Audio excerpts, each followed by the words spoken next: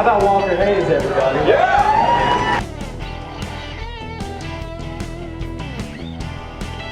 We got a motor. We're taking to Daytona in February.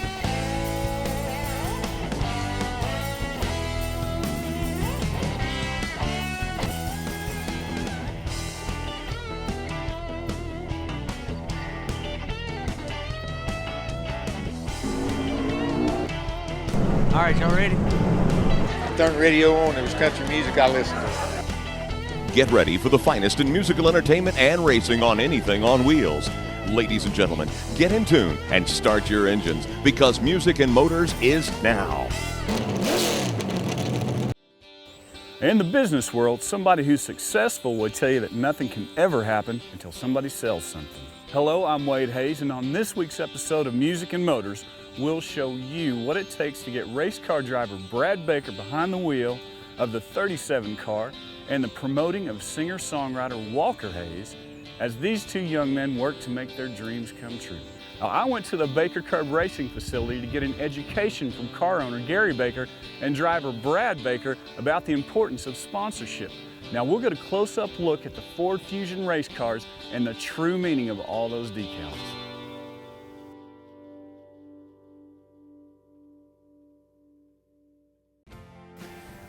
A lot of paint, a lot of sweat has gone into this place, but we're thankful to have it.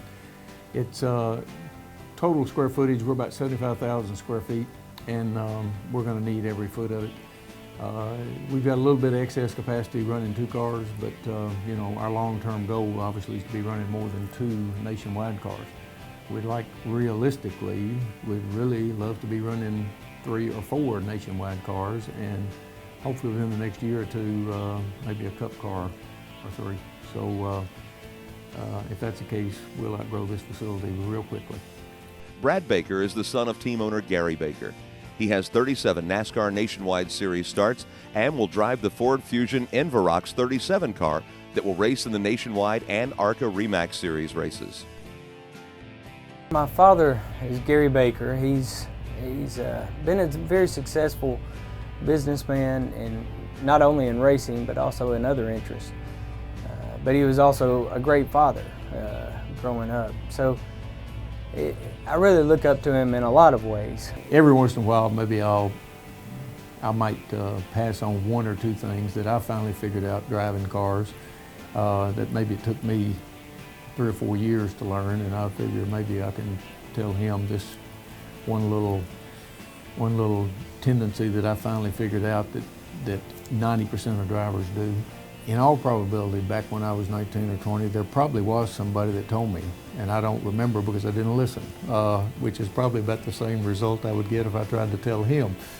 I guess it was inevitable to grow up around racing the way he grew up around racing. He lived on the racetracks, both at Nashville and Bristol, back during my ownership tenure there.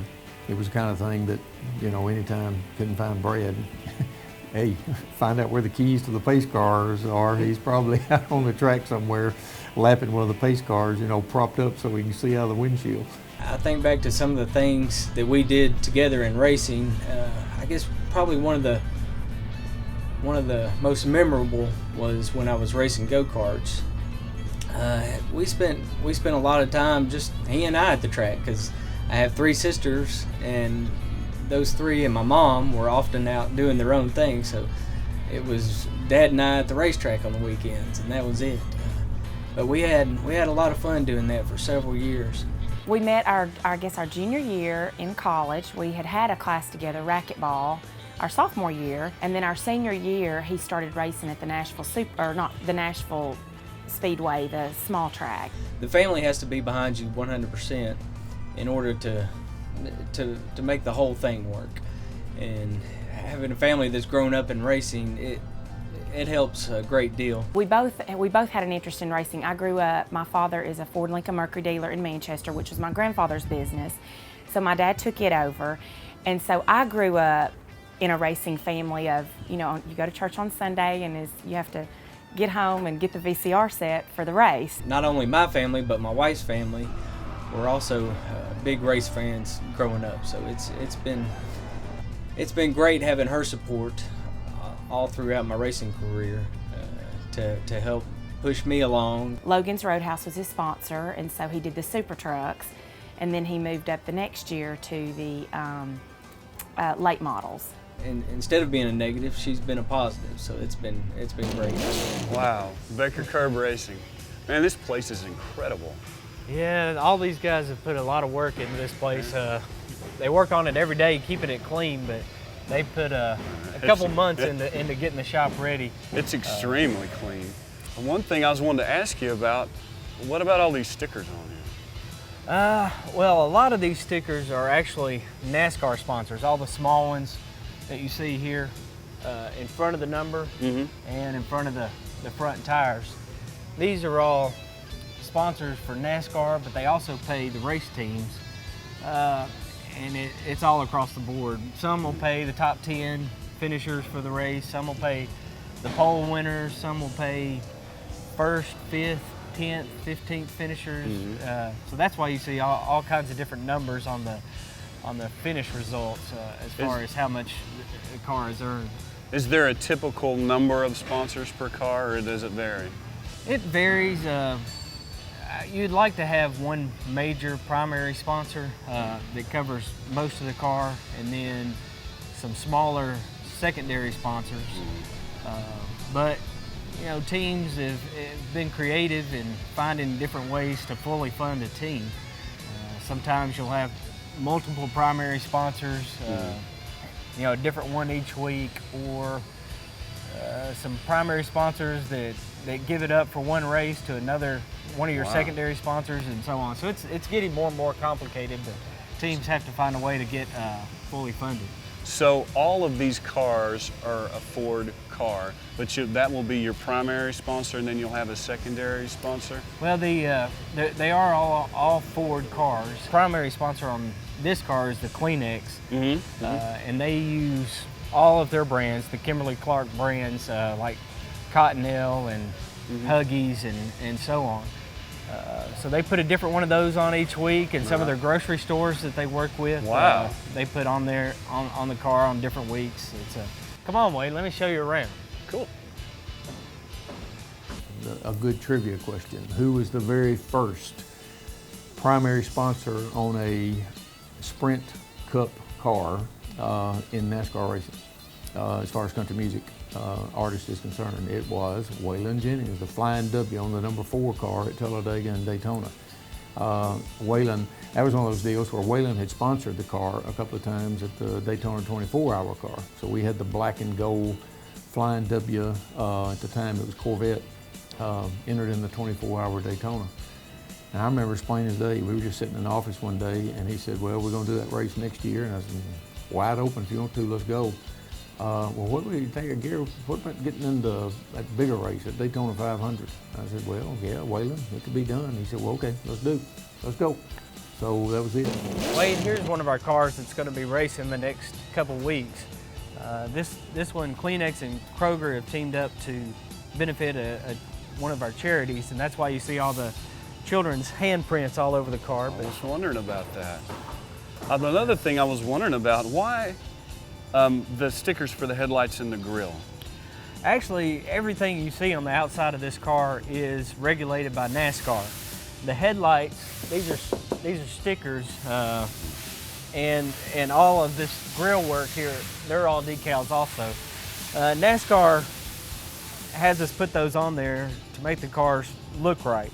There are differences in the body that distinguish this as being a Ford, but all these decals help the fans in the stands, you know, tell what kind of car it is. That's incredible. I've always wondered why that was. And the same thing goes for the tail lights. Yeah. They're decals also. She wasn't the sharpest tool in the shed, but I'm telling you what, she could turn some heads. He wants to play on the street. But he's going to tell you the story. It's a great story. I mean, he loves it. Valley girl, yeah. Ooh. Hi, I'm Brad Baker. And I'm Wade Hayes, and you're watching Music and Motors. Don't go away, we'll be right back. Welcome back to Music and Motors. Singer-songwriter Walker Hayes literally takes his music to the streets as part of paying his dues in this highly competitive music business. Now we'll learn how he got started and about the support and inspiration from his wife, Lainey. Picked up a guitar around high school because it was cool, and you know, girls love the guitar swingers, and which I'm not, but I try to be. And so yeah, just played a lot of sports, basketball, and I was a runner predominantly, and sang as much as I could. My dad was a music minister, so that was kind of what drew me to music in general. I married my high school sweetheart in '04. We were in a play together, The Little Shop of Horrors, and I remember, I very well remember the first time that I kind of noticed him. We were in the music room practicing for the play, and he started singing his first solo, and I looked down the aisle and I was like, who is that? He can really sing. And that was the beginning of it. While we were engaged, I asked Lainey, my wife, her father, if I could marry her. Of course, he drilled me with some excellent questions that I didn't have the right answers to, but I did. I was planning on selling real estate with my dad, and so that was good. That was a secure future for his daughter. And then one day, Lainey and my wife were just sitting around, and I don't know how it came up, said, hey, you want to go to Nashville? We just sat down, hanging out one Valentine's Day, and started talking about moving to Nashville, and just decided to do it.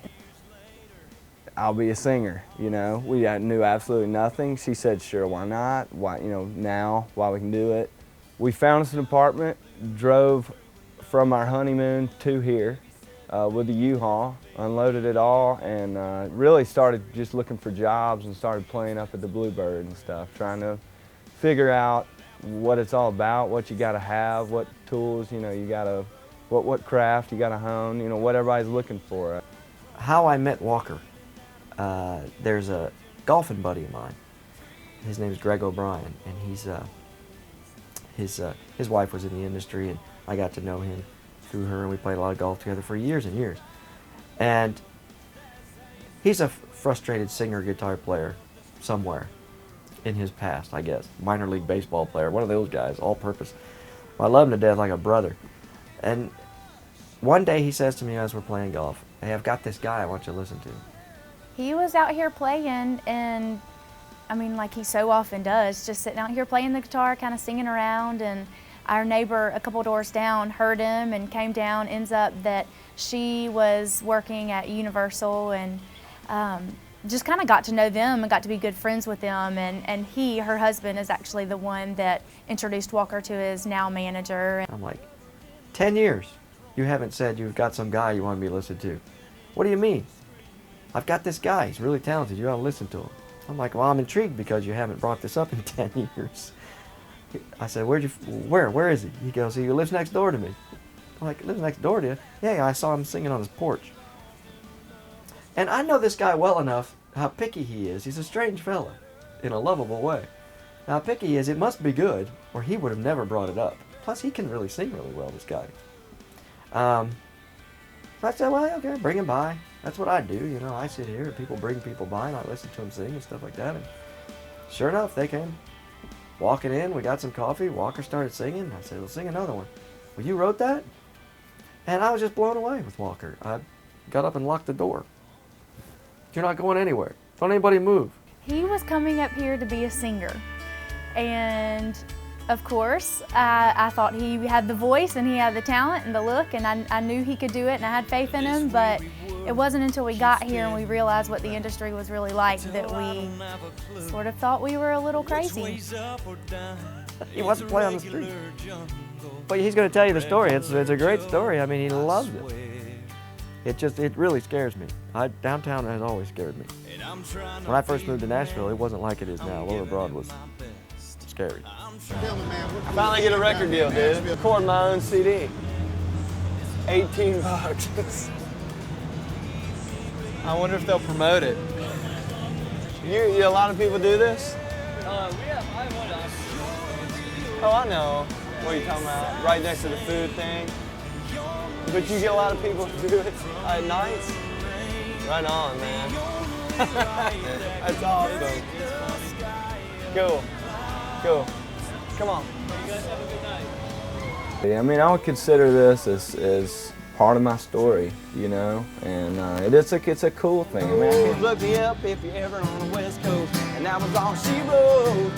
Said like every like other like were, but it never like got like on my nerves, cause I was hanging on the West Coast curves all night long. She wasn't the sharpest tool in the shed, but I'm telling you what, she could turn some heads. Lord knows I'll never forget getting my world rock Fountain Valley girl, yeah. I mean, I can't wait for a big shot label exec, you know, who's used to saying, you know, do you do showcases at the Rutledge and all these nice places? And I can say, hey, I've played on the streets. I don't know why you need me, oh baby, I ain't worth a lick. No, I don't know how a guy like me winds up with a You girl know, like you. I've had birds crap on my notebook. You know what I'm saying? That's, you know, not everybody can say that now, you know? Not everybody's willing to do that. And man, it's fun, you know, it's good times. You're watching Walker Hayes right here on RFD TV. Fountain Valley girl.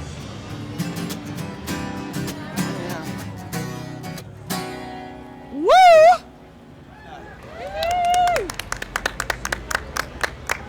Hey, Chrissy's not a big fan of playing on the streets. He thinks it's dangerous, but it's pretty cool. Look at all these loving people. How's it going? Nothing. Tim McGraw worked for me and Kenny Chesney worked for me. Of course, I fired Kenny. Flash is Cat Daddy. I'm Cat Mama, but they're calling me Hot Dog Hottie at the moment. When he went to work for me, he would work from 5 in the afternoon till 9. Well, they ain't but two kings, man, Elvis and Dale. But Dale Jr. is my cat daddy, man. I love my NASCAR, man. Love Dale. Love Dale Jr. My name is Flash Flanagan, and you're watching Music and Motors on RFD TV. That was awesome. Did I get it right? You did it great, man. Good Man, I stuff. watch Don Imus every morning. Really? Yeah, I know. Working towards a sponsorship and paying some dues is hopefully what it takes to achieve the ultimate payoff. And the work continues on.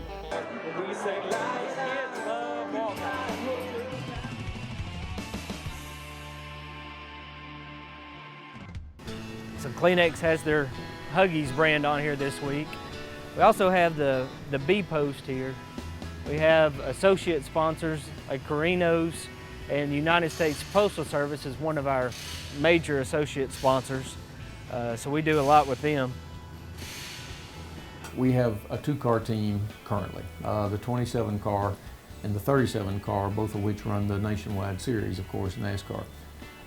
The 27 car, fully funded, primarily Kleenex, the Kimberly-Clark company. The 37 car has one primary sponsor now in the form of the U.S. Postal Service. But we're still looking for some more funding on the 37 car. We're hoping to get word by this afternoon that we're going to start the 47 car on the ARCA series as well. This is my baby for Daytona. We're gonna get her ready to run the ARCA race there this February, and I'm hoping I'll get the chance to drive it. Of course, it's not looking good right now, but looking for a sponsor, and so I can get that phone call that says we are going. It ran the ARCA series last year. I believe it finished, I'm not sure, but I think it was 5th in points.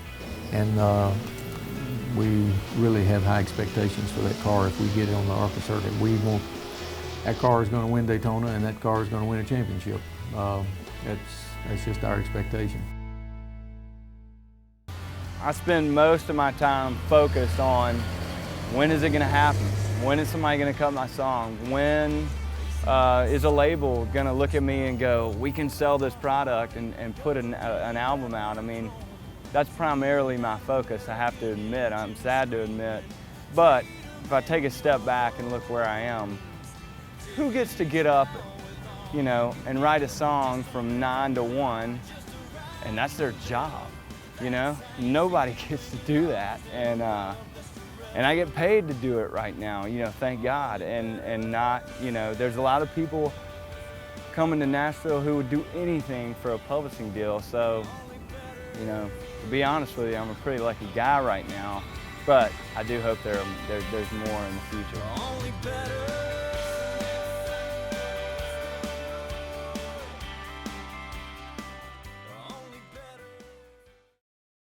Now join us next week and we'll see how Brad and Walker continue with their quest in the world of music and motors. I'm Wade Hayes. We're glad you came along. We'll see you next week. Gentlemen, start your engine.